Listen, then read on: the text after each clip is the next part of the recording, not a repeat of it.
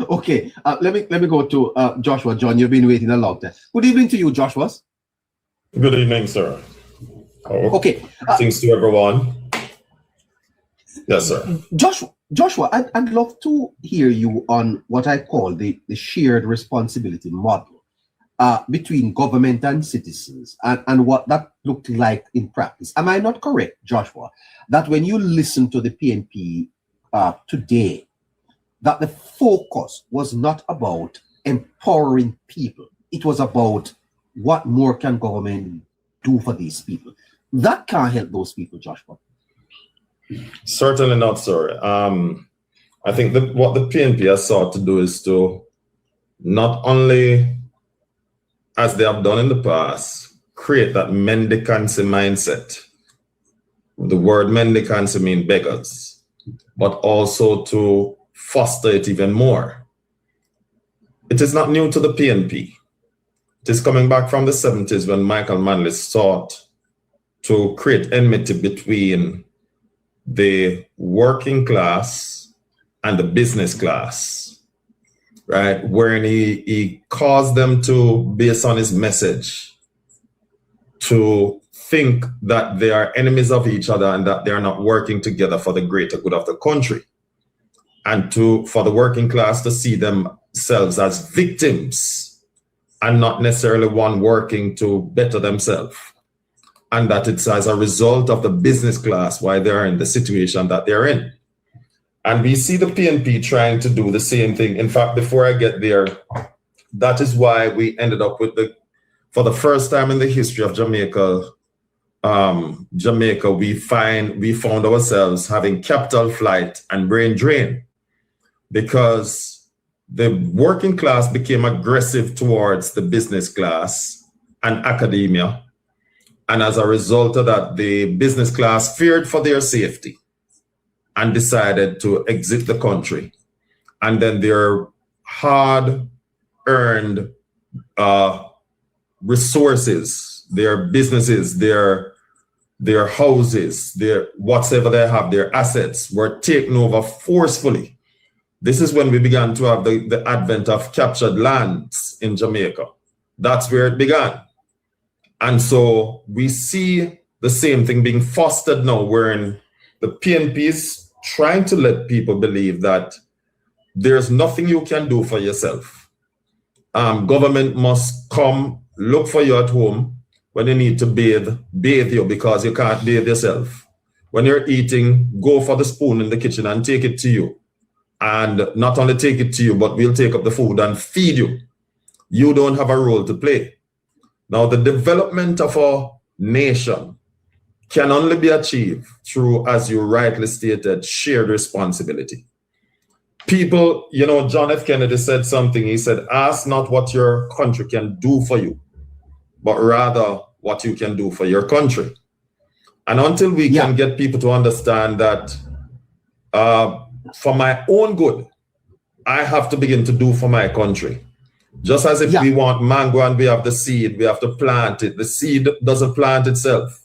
And having planted it and nurtured it, then when it begins to bear, I will reap from it. Yeah, it is becoming clear, Joshua. It is becoming absolutely clear that Wholeness seemed to be the man that understands this more than anything else. And if I may say, Joshua, that your own views of development and mine aligns with that of Wholeness, the pairing of the human agency with government responsibility. Don't you think that that's the best model, and that Wholeness is really onto something good for Jamaicans? It is, sir, because what it does when you have that shared responsibility mindset is that you tend to feel as if I have a stake in all of this. And when I have a stake in something, then my desire to protect it is greater than when I don't have a stake. Right? Yeah. If I have a business that I know that I've invested my capital in, when a worker wants to steal from that business, I'll be the first to say, no, it cannot happen. But if I don't have a stake in it, when the worker wants to steal, I'll say it's none of my business. And so the very business that is paying me will be destroyed because I don't feel like I have a stake in it. And so it's important, you know, the approach that PM Wholeness is taking is the best one as opposed to what the PNP is trying to cultivate. Right? Is this not the struggle of the modern Jamaican democracy? That there is a movement on one side to move the people away from dependency, and then there is a struggle to keep the people in that mode of dependency. Is that not the struggle that Prime Minister Wholeness has to be fighting? It is, sir. And you see, the challenge with that is that we have a house that is divided against itself, because we have to view Jamaica as a house that we both share. And the only good part about this is that the one that is seeking to develop the people is stronger than the one that is seeking to keep the people under its thumb. And part of the reason the PNP takes this model in hand is that it benefits them, because when they can disempower the people feel helpless, and they will always run to the PNP if they feel helpless. But when you empower the people, then the PNP begin to lose grip. And for the PNP, it is, when you really look at it on the broader international scale, I was sharing with someone not too long ago that when you look in the communist nations, right, you have more oligarchs than anywhere else in the world, both in the communists and the sister nations to it, which is socialist nations. Those are the nations that have the most oligarchs. So whilst they preach sharing of wealth, in truth and in fact, the wealth is really not shared. The crumbs is given to the people at the bottom, and the power is given to the people at the top. And this is exactly what the PNP wants to achieve while preaching that they care about the poor. And I appeal to all Jamaicans, for your benefit and for the greater good, for the benefit of your children and your grandchildren, that you have to fight for the soul of this nation. Because if the country goes back into the hand of the PNP, then you'll find out that the very party that preach empowerment for the people is not practicing it, and you will be poorer than you were the day before. Interpret, therefore, for me the press conference within this philosophical framework, Joshua, where what you heard today were PNP MPs looking to government and causing the people also to be looking to government. And I am saying that government does have a role, but so does the MPs and the citizens. So in this triangle, Joshua, is where we are going to find our true development. Position the press conference for me today and tell me, where did the PNP go wrong? Well, that press nonsense, or that stress conference that they had, demonstrated one clear thing. It demonstrated a lack of understanding of what the roles and responsibility of the MPs are in government. Yes. And it also demonstrates expand on that, Joshua, a little bit, in terms of their own responsibility within the structure of what they are complaining about. They are complaining about work that they should have done themselves. Yes. The best way I can lighten it is like a teacher coming to class. The students are not learning. And instead of seeking to find out what are the needs of the student and seeking to address it, the teacher go out on the street, get placard, and protest against the school and government to say government is not doing anything, while the teachers were employed to educate the students. That is the closest representation I can give at this point in time. And the PNP, by their stress conference today, has demonstrated unambiguously that they were elected in ignorance. Ignorance on the part of the people, and their own ignorance of what their roles and responsibilities are. Because if they understood what the true nature of their responsibilities were, then they would understand that they are not their own representative seeking to get political traction through press nonsenses, but rather the people's representative seeking to get the best deal for the people. And part of that better deal that they're seeking for the people is not just to get political one-upmanship via press conference, but having recognized, well, first of all, they have to embed themselves with the people, go through, look at the problems that exist, and make political representation on behalf of the people through the respective agencies, not just the respective agencies, but other partners, such as private people. And if they have to go international, they go international to help to make the people's lives better. And the PNP has failed by all metric dismally in this area. Well, right. Dismally, right? I don't think that the PNP, yes, sir. Is it a situation where, because I'm looking at a document here, right, which consists of the key responsibilities for member of parliament, and I'm looking at number 8 here that says to work or collaborate with state agencies and local authorities to implement plans to assist with the development of the constituency. Taking into consideration the history when it comes down to the development of the West, is it that the member of parliaments that we've seen in that press conference directly and intentionally refuse to be a part of the development? They both refuse, as well as they don't seem to have that understanding. And the reason I say that, when we look at the history of the PNP throughout the years, PNP has never been good at development. Their track record demonstrates clearly that they have never been good at development. For those who may have doubts about this, check from 1972 to 79, where we had lost GDP, net lost GDP.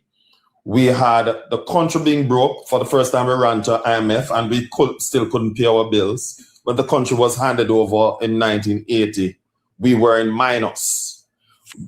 Fast forward to 1989, they got an economy shortly after Gilbert that, yes, it was under duress due to the hurricane that just took place, but it was better than it was handed over to them, taken from them in 1980. It was better than that time.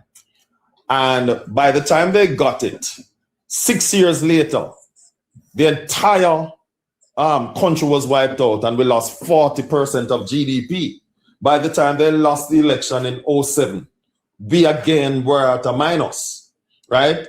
And the only prime minister under the PNP that has ever done well, fairly decent, was Madam Portia. And this is the track record of the PNP. They don't understand what it means to develop, one, people, two, to develop the nation. It is a lack of understanding on their part and an unwillingness, because they feel within themselves that if I develop the people and make them independent, they won't need me again. And the lies that I walk around and parade and tell and propagate, then it will no longer be received, right? But it is a failure on their part to understand the psychology of people, because if you develop people the way you ought to, and you develop the nation, then the people will reward you. They will become thankful. They'll recognize that this party is really having my best interests at heart. And so they will understand that not only do they speak about loving the poor, but they love you so much that they want to change your financial situation from poor, moving on to something greater.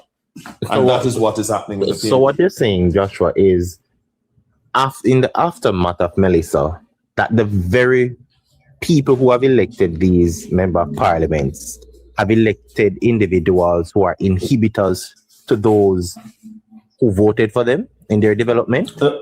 Certainly, sir. Inhibitors and prevention mechanisms being employed to ensure that the people does not develop and recover from the Melita catastrophe? Yes, sir.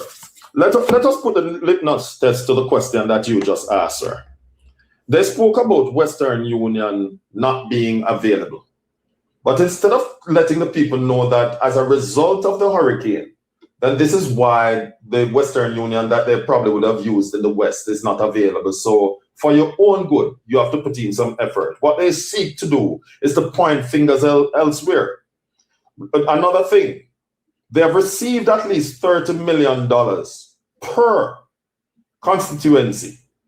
What have they done with it? Can they point to a project? Can they point to something meaningful outside of food that they have said that they have done for the people under such circumstances? Dwayne Vaz did say no, that they got the money to give 100,000 to persons. All right. And it shows you again, because that is their understanding of it, to give away money. And that is what the PNP has always done. Neighbor, in his monologue earlier, he said something, and I'll caption it quickly. He said, if you keep on giving a man a fish, he didn't say it in these words, but that's what I got from it. That if you give a man a fish, tomorrow he's going to run back to you for another fish. But if you take him out to the ocean and show him how he can fish for himself, then he's not only going to fish, but he's going to begin to earn from his own fishing expedition. What PNP has sought to do is to give the man the fish, and he fills his belly today, and tomorrow he's hungry. And that is that kind of speech that we hear coming from Dwayne Vaz. So why not give somebody something stable, right? Because his family overseas can send him $100 US or $50 US to help to bridge the gap for food.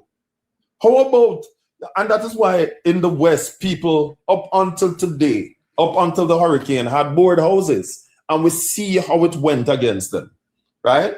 We hear the PNP setting up what I would like to call go fund them, because it's not go fund the people, it's go fund them that they set up, right?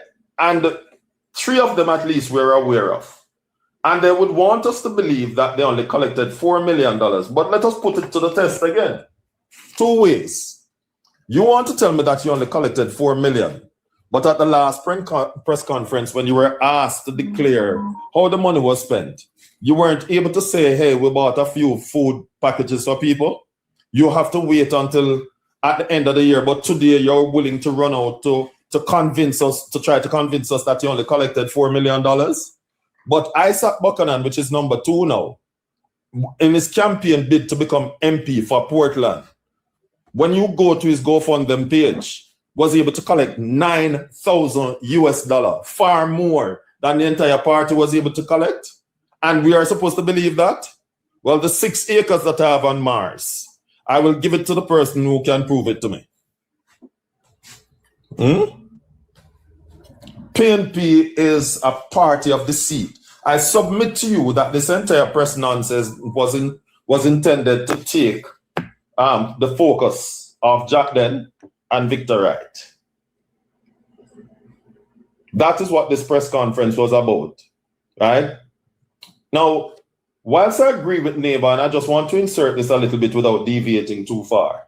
Whilst I agree with Neighbor that it would have been good for people to have managerial skills in advance, I believe where there's a will, there's a way.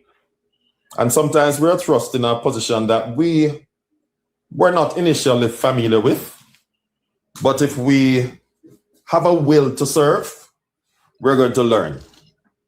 And we don't see that being present with the PNP. What we see is a party wherein its members have 2 things in mind. And we hear it over and over from them. 1, they want to see how much money they can collect from government. And 2, they want to become government, right? And both of them is the wrong reason for wanting to be at the helm. Because what it says is that the people is never at heart. We hear the opposition leader criticizing Nara. And when the question was posed to him as to what solutions did you have, He has not presented one. He fumbled and he told you what NARA was created to do. We know. The reporter asked the question already, and you are repeating what the reporter asked you, and you have still not provided a solution. It therefore means that they came to that press nonsense ill-equipped to answer, and only was present to create a narrative which backfired royally.